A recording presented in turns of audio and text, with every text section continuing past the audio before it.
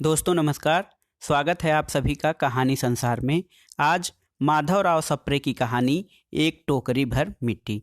दोस्तों, एक टोकरी भर मिट्टी को हिंदी की पहली कहानी होने का भी दर्जा प्राप्त है। दोस्तों, इस बात पर काफ़ी विवाद है कि हिंदी की पहली कहानी कौन सी है, क्योंकि कई कहानियाँ हिंदी की पहली कहानी होने की दावेदार रही हैं, जिनमें मुख्य रूप से सैयद इंसा अल्लाह खां की रानी केतकी की कहानी, राजा शिव प्रसाद सितारे हिंद की राजा भोज का सपना, किशोरीलाल गोस्वामी की कहानी इंदुमती, माधवराव सप्रे की एक टोकरी भर मिट्टी, आचार्य रामचंद्र शुक्ल की 11 वर्ष का समय और बंग महिला की धुलाई वाली।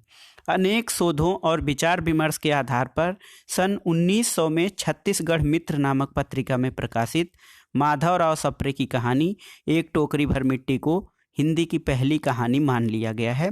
प्रस्तुत है कहानी का मूल पाठ। कहानी इस प्रकार है। किसी श्रीमान जमींदार के महल के पास एक गरीब अनाथ विधवा की झोपड़ी थी।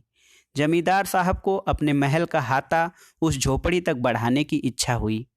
विधवा से बहुतेरा कहा कि अपनी झोपड़ी हटा ले, पर वह तो कई जमाने से वहीं बसी थी। उसका प्रिय पति और इकलौता पुत्र भी उसी झोपड़ी में मर गया था।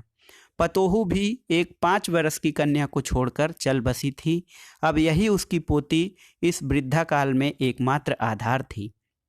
जब उसे अपनी पूर्व स्थिति की याद आ जाती तो मारे दुख के फूट फूट कर रोने लगती थी, और जब से उसने अपने श्रीमान पड़ोसी की इच्छा का हाल सुना तब से वह मृतप्राय हो गई थी। उस झोपड़ी में उसका मन लग गया था कि बिना मरे वहाँ से वह निकलना नहीं चाहती थी।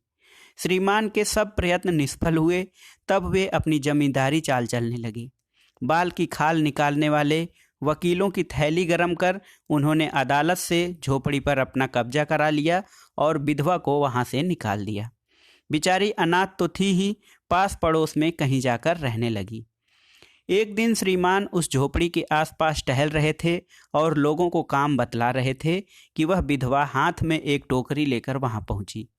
श्रीमान ने उसको देखते ही अपने नौकरों से कहा कि उसे यहाँ से हटा दो, पर वह गिड़गिड़ा कर बोली, महाराज, अब तो झोपड़ी तुम्हारी ही हो गई है, मैं उसे लेने नहीं आई हूँ। महाराज क्षमा करें तो एक विनती है। जमींदार साहब के सिर हिलाने पर उसने कहा, जब से यह झोपड़ी छूटी है तब से मेरी पोती ने खाना पीना छोड़ दिया है। मैंने बहुत समझाया पर वह नहीं मानती।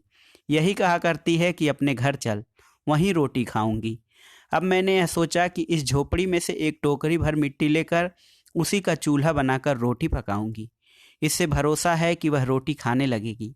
महाराज कृपा करके आज्ञा दीजिए तो इस टोकरी में मिट्टी ले जाऊं। श्रीमान ने आज्ञा दे दी। विधवा झोपड़ी के भीतर गई। वहां जाते ही उसे पुरानी बातों का स्मरण हुआ और उसकी आंखों से आंसू की धारा बहने लगी। अपने आंतरिक दुख को किसी तरह संभाल कर उसने अपनी टोकरी मिट्टी से भर ली और हाथ से उठाकर बाहर ले आई। फिर हाथ जोड़कर श्रीमान से प्रार्थना करने लगी, महाराज कृपा करके इस टोकरी को जरा हाथ लगाइए, जिससे कि मैं उसे अपने सिर पर धर लूं। जमींदार साहब पहले तो बहुत नाराज हुए, पर जब वह बार बार हाथ जोड़ने लगी और पैरों पर गिरने लगी तो उनके मन में कुछ दया आ गई। किसी नौकर से न कहकर आप ही स्वयं टोकरी उठाने आगे बढ़े। ज्यों ही टोकरी को हाथ लगाकर ऊपर उठाने लगे, त्यों ही देखा कि यह काम उनकी शक्ति के बाहर है। फिर तो उन्होंने अपनी सब ताकत लगाकर टोकरी को उठाना चाहा, पर जिस स्थान पर टोकरी रखी थी वहां से वह एक हाथ भी ऊंची न हुई। वह लज्जित होकर कहने लगे, नहीं, यह टोकरी हमसे न उठाई जाएगी। यह सुनकर विधवा ने कहा, महाराज नाराज न हो, आपसे एक टोकरी भर मिट्टी नहीं उठाई जाती है, और इस झोपड़ी में तो हजारों टोकरियां मिट्टी पड़ी हैं। उसका भार आप जन्म भर क्यों कर उठा सकेंगे? आप ही इस बात पर विचार कीजिए। जमींदार साहब धन मद से गर्वित हो अपना कर्तव्य भूल गए थे, पर विधवा के उपर्युक्त वचन सुनते ही उनकी आंखें खुल गईं। कृतकर्म का पश्चाताप कर उन्होंने विधवा से क्षमा मांगी और उसकी झोपड़ी वापस दे दी। तो दोस्तों, ये थी मूल कहानी एक टोकरी भर मिट्टी। इसे हिंदी की पहली कहानी भी कहा जाता है। कहानी आपको कैसी लगी हमें कमेंट बॉक्स में ज़रूर बताइएगा। कहानी सुनने के लिए धन्यवाद। नमस्कार।